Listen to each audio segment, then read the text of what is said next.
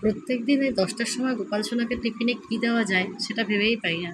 তো কোনো দিনও ছাতু দিচ্ছি, কোনো দিনও মুড়ি দিচ্ছি, তো আজকে কী দেবো ভেবে পাচ্ছি না। তারপরে মনে পড়লো না, গোলা রুটি করে দেওয়া যায়। তো প্রত্যেক দিন কী করা যায় ভেবেই পাই না আমি। তো আজকের ব্লগটা স্টার্ট করছি সকালবেলা থেকে। তো রাধে রাধে বন্ধুরা, welcome back to my channel. তোমরা সকলে কেমন আছো? আশা করি ভালো আছো, আর আমি কিন্তু ভালো আছি। তো সকাল সকাল দেখো গোপাল সোনার জন্য রান্নাবান্না, ভোগ টোক দিয়ে রান্নাবান্না চাপিয়ে দিলাম। তো রান্নায় আজ কী কী করবো ভেবে পাচ্ছি না। তো প্রথমে অন্নটা 1 ফুট দিয়ে নামিয়ে নিয়েছি, তারপরে উচ্চালুটা ভেজে নিয়েছি, আর তারপরে এই দেখো বেসনটা গুলে নিচ্ছি। বেসনটা দিয়ে যে পকোড়া করবো, আর এদিকে দেখো অন্নটা 1 ফুট হয়ে গেছিলো, আর 1 ফুট দিয়ে নামিয়ে নিয়েছি, হয়ে গেছে অন্নটা। তো তারপরে 10টার সময় গোপালের জন্য আবার টিফিন করতে হয়, তো কী করবো ভেবে পাচ্ছি না। আর আজকে টিউশন পড়াতে যাইনি যেহেতু, তো ভাবলাম কিছু করাই যাক। তো ভাবলাম তাহলে একটু গোলা রুটি করে দিই। তো এই যে ময়দাগুলো নিয়েছি 1 বাটি 1 কাপ মতন। তো ওটা দিয়ে 3টে গোলা রুটি হয়ে গেছে, বড় বড় 3টে। আপনারা চাইলে এটা 5টা 6টাও করতে পারতো, ছোটো করে করলে। তো আমি দেখো কত বড় বড় করে করেছি, এই জন্য 3টে কিন্তু হয়ে গেছে ভালোভাবেই, আর মোটা মোটা।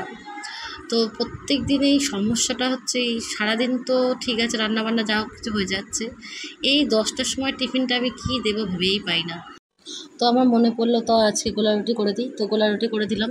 তো কালকে আবার চিন্তা করব কী করে দেবো, এই ভেবে ভেবে আমার মাথা খারাপ হয়ে যায়। তো প্রত্যেকদিন গোপালকে ছাতু দিতে কার ভাল লাগে বলো, মুড়ি দিতেই বা কার ভাল লাগে। তো মুড়ি আলু ভাজা, মুড়ি তরকারি, তো এই তো চলছে গোপালে খাওয়া দাওয়া। তো রান্না তো আমার সকাল 8:30 9টার মধ্যেই হয়ে যাচ্ছে, কিন্তু তারপরেও টিফিন কী দেবো ভেবে পাচ্ছি না। টিউশন পড়াতে গেলে আসতে দেরি হয়ে যায়, টিউশনে তো কোনো সময় ঠিক থাকে না, বাচ্চারা লিখতে কোনো দিনও দেরি করে, কোনো দিন ভালো টাইমে লিখে না তাড়াতাড়ি করে। তো ওদের দুষ্টুমির তো কোনো শেষ নেই। তো এই জন্যেই কিন্তু অনেক সমস্যা হয়ে যায়, এসে কী করবো। আর দেখো পরোটাটা যখন ভাজলাম, গোলা রুটিটা, তো একটু তেল পড়ছিলো বলে আমি একটু ছেঁকে নিলাম ভালো করে, আর তারপরে দ্বিতীয় পরোটাটাও করে নিলাম। তাই এরপরে এরকম করে 3 টাইম করে নিয়েছি। আর করে নেওয়ার পরে আবার নামিয়ে দিয়ে গোপালকে আবার ভোগ লাগিয়ে দিয়েছি। গোপালকে ভোগ লাগানোর পরেও কিন্তু রেহাই নেই, ডালটা আবার সিটি মেরে নিয়েছে। আজকে ডাল করছি, টমেটো দিয়ে ডাল করবো। তো তেঁতুল দিয়ে ডাল করবো ভেবেছিলাম, তো তেঁতুল দিয়ে খেতে ইচ্ছে হলো না, টমেটো দিয়ে খেতে ইচ্ছে করলো, তাই টমেটো দিয়েই করলাম। আরে দেখো ভোগটা দর্শন করে নাও, ভোগ হয়ে গেছে। আর এদিকে দেখো প্রেশারে সিটি মেরে নিয়েছি, সিটি মারা হয়ে গেছে। আর এদিকে কড়াইতে শুকনো লঙ্কা আর সর্ষে ফোড়ন দিয়ে দিয়েছি। তো একটা ভুল করে দিয়েছিলাম আমি আজকে ডাল করতে গিয়ে, যে তেলের মধ্যে আমি টমেটোটাকে আগে সাঁতলে নিই, তারপর তো ডালটা সাঁতলাবো, তো আমি ভুলে গেছিলাম। তো কী করবো, আবার সব ডালটাকে আমি এবার নামিয়েছি কড়াই থেকে, প্রেশার কুকারের মধ্যেই নামিয়েছি। তো নামিয়ে আবার টমেটোটাকে তেল দিয়ে তার মধ্যে ভালো করে নুন হলুদ দিয়ে ভালো করে সিদ্ধ মতন মাখা মাখা মতন করে নিয়ে যখন হয়ে এসে, তারপরে আবার ডালটার মধ্যে দিয়ে আবার সাঁতলিয়ে নিয়েছি। তো ভাবো মানুষের ভুল কীরকমভাবে হয়। তো এক কাজ দুবার করতে হলো, তো কিছু করার নেই, কিন্তু করতেই হবে। টমেটোটা তো বানিয়েই রেখেছি আমি, যে এমনি ডাল খাবো, ও গোপালকে বলেছে টমেটোর ডাল খাওয়াবো। এখন যদি এমনি ডাল করি, গোপালে খেতে ইচ্ছে করবে, গোপাল আবার উপর রেগে যাবে। তো ওই জন্যই কিন্তু আমি আবার ডবল করে নিলাম। তো দেখো ডালটা কিন্তু হয়ে গেছে, ডালটা কিন্তু খুব সুস্বাদু হয়েছিল। তো যাই হোক, গোপাল যা করে ভালোর জন্য, ওই ডবল খাটিয়েছিল বলে হয়তো বেশি ভালো খেতে হয়েছে। তারপরে ডালটা সাঁতলে নিয়ে রেখে দিয়েছি, রেখে দিয়ে আবার জানাই তো পরে আবার রান্না বান্না বাকি আছে। ডাল হয়েছে, আর উচ্ছে আলু ভাজা হয়েছে, এখনও বেগুনি করব, আর আলু দিয়ে পকোড়া করব। তো এর জন্য এগুলোকেও তৈরি করতে হবে। তো ওগুলো তৈরি করার আগে আমি কিন্তু কড়াইতে তেলটা বসিয়ে দিয়েছি। আমি জানি বেশিক্ষণ টাইম লাগবে না এটা করতে। আর এই যে 3টে আলু নিয়ে নিয়েছি, কিন্তু 3টে আলু করিনি, আমি 2টো আলু করেছি।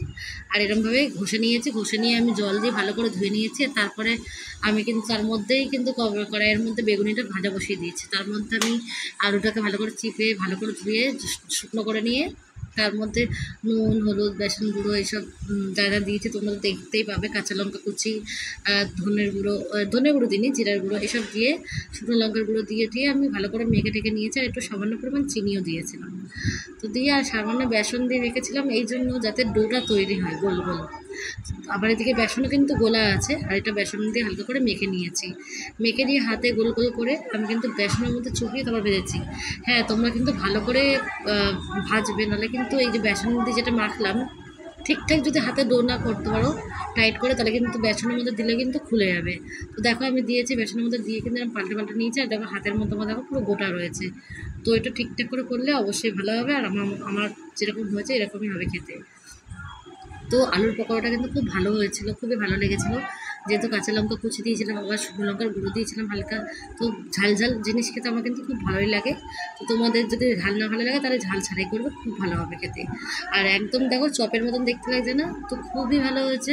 শুধু চপটা হচ্ছে সেদ্ধ করে করি, আর এটা হচ্ছে শুধু করেছি, তো খেতে কিন্তু খুবই ভালো হয়েছে।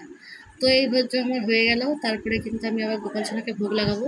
তো মাথায় টেনশনও রয়েছে, এখন কিন্তু 12:30 বেজে গেছে, আমি আজকে করতে একটু দেরি হয়ে গেছে। আর এই দেখো তোমাদের সাথে একটু কেটে দেখিয়ে দিলাম একটা ভেঙে, যে ভেতরটাও কিন্তু পুরো ক্রিস্পি হয়েছে আর একদম কিন্তু সুস্বাদু হয়েছিল খেতে। তো এরপরে ভোগ দর্শন করে নাও দুপুরবেলার, আর এই যে ভোগ দর্শন করো। তো বেগুনি, উচ্ছেল ভাজা, আলুর পকোড়া আর এদিকে ডাল করেছিলাম। তো ভেবেছিলাম এটা রসাও করি সয়াবিন দিয়ে, তো ভাবলাম না আজকে সয়াবিন করবো না, অন্যদিন করবো। তো আজকে এই করলাম। আর প্রত্যেক দিন রসা খেতে আমার একদম ভালো লাগে না, মাঝে মধ্যে একটু টেস্ট চেঞ্জ করতে ভালো লাগে। তো এইটা আবার কিন্তু বিকালবেলা দেখো গোপাল সোনার জন্য এই যে মিল্ক শেক আমুলের এনে দিয়েছিলাম আমার বর, তো ওইটাই দিয়ে দিলাম। আর এদিকে আম আর হচ্ছে সবেদা একজন ভক্ত দিয়েছিল, তো সেটাই গোপালকে সেবা দিয়ে দিলাম। আর এই আমটাও কিন্তু একটা ভক্ত দিয়েছিল, আমাদেরই গুরু ভাই বোন, আমাদের পাশের পাড়ায় থাকে, তো ওরাই দিয়েছিল, পাশের পাড়া থেকে এনে দিয়েছিল, আমার বরের কাছে পাঠিয়ে দিয়েছিল। তো ওটা দেওয়ার পর আবার এটা সন্ধ্যাবেলা সন্ধ্যা আরতি করে দিলাম। সন্ধ্যা আরতি করার পর রাতের ভোগ দর্শন করেই দেবো। আর রাতের ভোগটা করার সময় আমি কিন্তু বেশি ভিডিওটা বাড়াইনি, কারণ রুটি করছি, তরকারি করছি, সবগুলো করতে তো অনেক টাইম লাগে, তো অতটা দেখালাম না। তো এরপরে রাতের ভোগ দর্শন করি আমি আজকের মতন ভিডিওটা শেষ করছি। আর তোমাদের যদি আমার ভিডিওটা কোথাও একটু ভালো লাগে তাহলে অবশ্যই লাইক কমেন্ট শেয়ার করতে ভুলবে না। তো রাধে রাধে, শুভরাত্রি, ভালো থেকো।